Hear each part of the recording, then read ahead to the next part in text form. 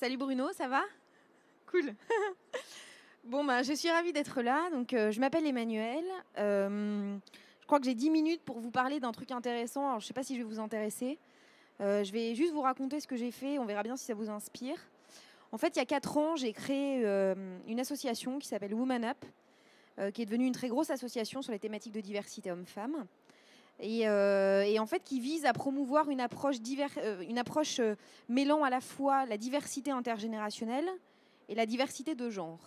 Derrière Woman Up, en fait, il y a une conviction idéologique très forte, qui est qu'aujourd'hui, finalement, en entreprise, femmes et jeunes, même combat. Pourquoi? Parce que ça fait 30 ans que les femmes se battent pour avoir un équilibre entre la vie pro et la vie perso en entreprise. Et c'est cette revendication féminine majeure qui a sous-tendu la mise en place de toutes les politiques de diversité homme-femme. Et aujourd'hui, on se rend compte avec ce qu'on appelle la génération Y, que cette aspiration à l'équilibre des vies, ça n'est plus du tout une histoire de femmes, en fait, c'est juste une histoire de jeunes. Et ça n'est pas une histoire française, c'est bien une histoire internationale. Sur la base de ce qui était alors une intuition, c'était il y a 4 ans, on est allé chez Deloitte, on a fait une mission, on s'est dit tiens, il y a plein de choses un peu bizarres. On a donc créé Woman Up en se disant, si cette aspiration à l'équilibre des vies, ça n'est pas une histoire de femmes, mais c'est une histoire de jeunes, alors les entreprises ont un intérêt économique à développer des politiques de diversité hommes-femmes qui préservent cet équilibre des vies, parce que ce faisant, elles ont un impact en termes d'attraction et de rétention des talents. Donc il y a des enjeux économiques derrière. Et du coup, ce n'est pas juste faire du bien aux femmes pour faire de la com et faire du marketing. Le vrai enjeu derrière ça, c'est bien de favoriser le bien-être du collaborateur pour attirer les meilleurs talents garçons et filles de notre génération, qu'on appelle en fait la génération Y. Mais ça, on ne le savait pas à l'époque. Donc on a créé Woman Up et on s'est dit, bon ben, on va faire bouger un peu les lignes sur les thématiques de diversité homme-femme, parce que jusqu'à présent, on faisait des trucs par les femmes pour les femmes.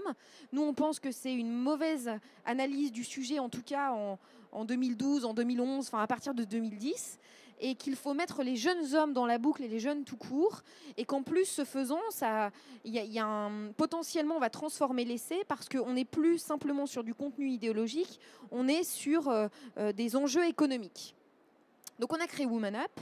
Et très rapidement, on est parti un peu en goguette avec des entreprises du conseil et d'audit, sans beaucoup de surprises, parce que finalement, ce sont des boîtes qui sont composées à 80% de jeunes de moins de 30 ans, et qui, à cette question de l'attraction et de la rétention des jeunes talents, se disaient finalement, nous, on n'arrive pas très bien à comprendre à quoi carbure cette génération.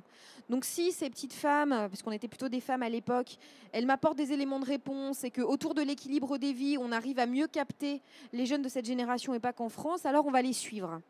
Et puis au bout d'un an, on s'est dit, pour vraiment faire bouger les choses de manière massive, il faut dépasser du Accenture, du Bain, du BCG, du Deloitte ou du Mazars.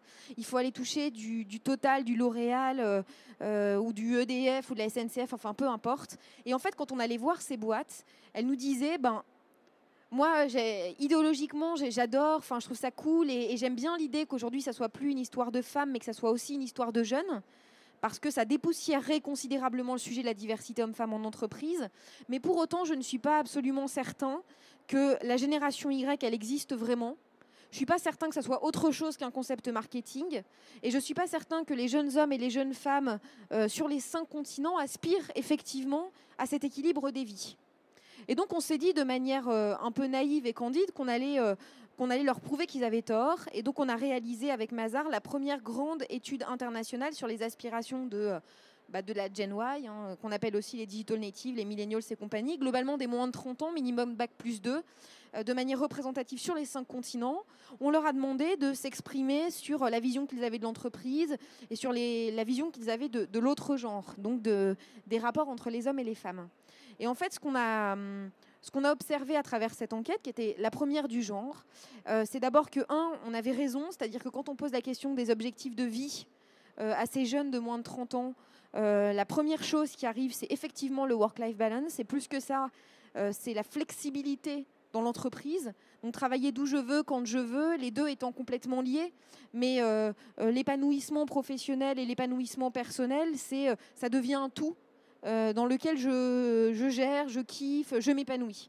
Mais en tout cas, la flexibilité, le work-life balance sont l'aspiration numéro 1 en entreprise de cette jeune génération. Le deuxième truc qui était très intéressant, c'est qu'effectivement, on a été incapable de procéder à un recoupement des résultats par le genre. Donc on avait bien un alignement à la fois des hommes et des femmes sur ces projections. Et donc effectivement, l'aspiration à l'équilibre des vies, ça n'était plus un sujet de femmes, ça devenait un sujet de jeunes. Et le troisième truc qui était très intéressant, c'est que les résultats de cette enquête, qui étaient quand même assez importantes, on a eu beaucoup de mal à les retraiter par zone géographique. On s'est aperçu que quand on demandait à un jeune de moins de 30 ans de partager sa vision de l'entreprise, qu'il soit situé en Amérique du Sud, en Amérique du Nord, en Asie, en Afrique ou en Europe, en fait, il projetait la même image de l'entreprise. Et ça, c'était probablement l'enseignement le plus intéressant pour nous, c'est qu'à travers cette enquête qu'on avait menée de manière assez candide et naïve finalement, se dessinait l'émergence, la naissance de la première génération mondiale. Sans beaucoup de surprise non plus, parce qu'avec le recul, on s'est rendu compte que nous étions la première génération issue de la mondialisation. Et que c'est normal qu'on ait un socle de valeurs qui soit commun avec quelqu'un qui a des milliers de kilomètres de nous. Mais d'un point de vue sociologique, c'est une révolution, parce que jusqu'à présent, ça ne fonctionnait pas de cette manière-là. On n'avait pas une génération mondialisée qui partageait à un instant T le même regard sur la planète et sur l'entreprise. Ça, c'était une véritable révolution. Donc nous, on était assez contents et on s'est dit, bon, bah, super, on a prouvé tout ce qu'on voulait prouver, donc on va aller démarcher des plus grosses boîtes. Et en fait, ce qui s'est passé, c'est qu'en lançant cette enquête et en allant voir nos partenaires, il y a eu comme un effet boule de neige. D'abord, on a eu des articles sur Le Figaro, Le Monde, France Info, ensuite Canal+. Ensuite, on est parti au Jeunes Davos, au Women's Forum, on est devenu speaker à l'OCDE. Et il y a eu comme un emballement médiatique autour des résultats de cette enquête. Et on s'est dit, stop, stop, stop, qu'est-ce qui se passe ? Les gens ne nous appellent pas pour venir partager notre vision du monde. Moi, ma vision du monde, Emmanuel Duez, 25 ans à l'époque, ils s'en foutent complètement. Et ils ne nous appelaient pas non plus en réalité pour partager des sujets sur des strictes thématiques de diversité homme-femme. En fait, la raison pour laquelle des grands patrons un peu partout sur la planète nous faisaient venir pour partager les résultats de cette enquête, mais plus que ça, pour venir témoigner de notre vision du monde, de notre vision de la société et des sociétés, c'est parce que derrière ce qu'on appelle le phénomène Y, le sujet Y, le raz-de-marée Y, la génération Y, qui en l'occurrence n'est pas un concept français, il y avait comme un phénomène de collision à l'échelle planétaire entre une génération qui venait heurter de plein fouet les fondations du modèle traditionnel d'entreprise. Ça, on a mis du temps à s'en rendre compte. On a mis du temps à comprendre pourquoi est-ce qu'on nous appelait un peu partout, pourquoi on nous demandait d'écrire des papiers sur des sujets qui étaient des sujets périphériques au sujet de Woman Up. En fait, on nous demandait ça pour une raison très simple. Et si vous lisez La petite poussette de Michel Serres, vous allez comprendre, parce qu'il pose des mots plus justes et probablement plus intelligents que les miens sur un phénomène que j'essaye de traduire, c'est que finalement aujourd'hui, vous avez la collision entre deux mondes qui ne sont pas câblés de la même manière et qui n'existent pas, qui ne sont pas bâtis sur les mêmes fondations. Vous avez notre monde à nous, qui est le monde de ce qu'on appelle les digital natives, que lui appelle la petite poussette, qui sont les enfants du numérique, les enfants de la mondialisation. Michel Serres parle de la troisième révolution anthropologique majeure de l'histoire de l'humanité après l'invention de l'écriture et de l'imprimerie. Et cette jeune génération, en fait, qu'est-ce qu'elle voit, qu'est-ce qu'elle observe, dans quel monde elle évolue ? Elle évolue dans un monde qui est transparent, transversal, interconnecté, fluide, rapide, agile. C'est ça le monde de 2014. Et quand on est câblé comme ça, quand on est issu de ce monde-là, et il n'est pas nécessaire d'avoir fait 3 tours du monde pour avoir cette vision du monde, il suffit juste d'avoir un écran de télé ou un écran d'ordinateur.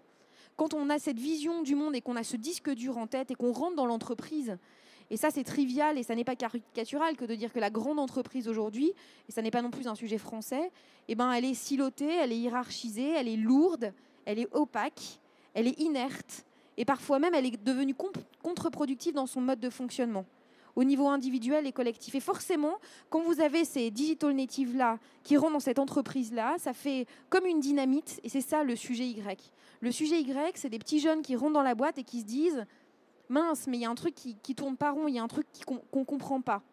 Et ce sujet Y, il est symptomatique finalement d'une incohérence, d'une dichotomie entre le monde de dehors et le monde de l'entreprise. Et du coup, on a une autre idée, j'en terminerai par là pour ce court speech, c'est de se dire finalement on va créer non plus une association mais une boîte sur des enjeux qui sont complémentaires aux enjeux de Woman Up, puisque Woman Up, c'est notre génération a peut-être le pouvoir de changer les choses en matière de diversité homme-femme. Et du coup, on a créé The Boson Project, boson pour boson de Higgs, particules élémentaires de l'univers, puisqu'on travaille sur les particules élémentaires de l'entreprise. Et où là, l'idée, c'est de se dire, finalement, notre génération, elle a peut-être le pouvoir de changer les entreprises, parce que plus qu'un problème RH, c'est en réalité, à nos yeux en tout cas, un levier de mutation des organisations. Et aujourd'hui, notre job, qui est moins un job d'entreprise qu'une action et une posture extrêmement militante, puisqu'on a l'ambition très ambitieuse de vouloir sauver le monde et de commencer par les entreprises, c'est de transformer les entreprises sous l'impulsion de cette jeune génération, de transformer en bottom-up et en collaboratif les modèles managériaux, les modèles de leadership, les modèles organisationnels, c'est-à-dire les organigrammes, et les modèles stratégiques au sens quel est le rôle de l'entreprise dans la société, sous l'impulsion de cette jeune génération qu'on appelle la génération Y, demain de ce qu'on appellera la génération Z, et finalement de cette jeunesse qui est symptomatique d'un monde qui est radicalement différent. Merci de votre attention. Merci Emmanuel.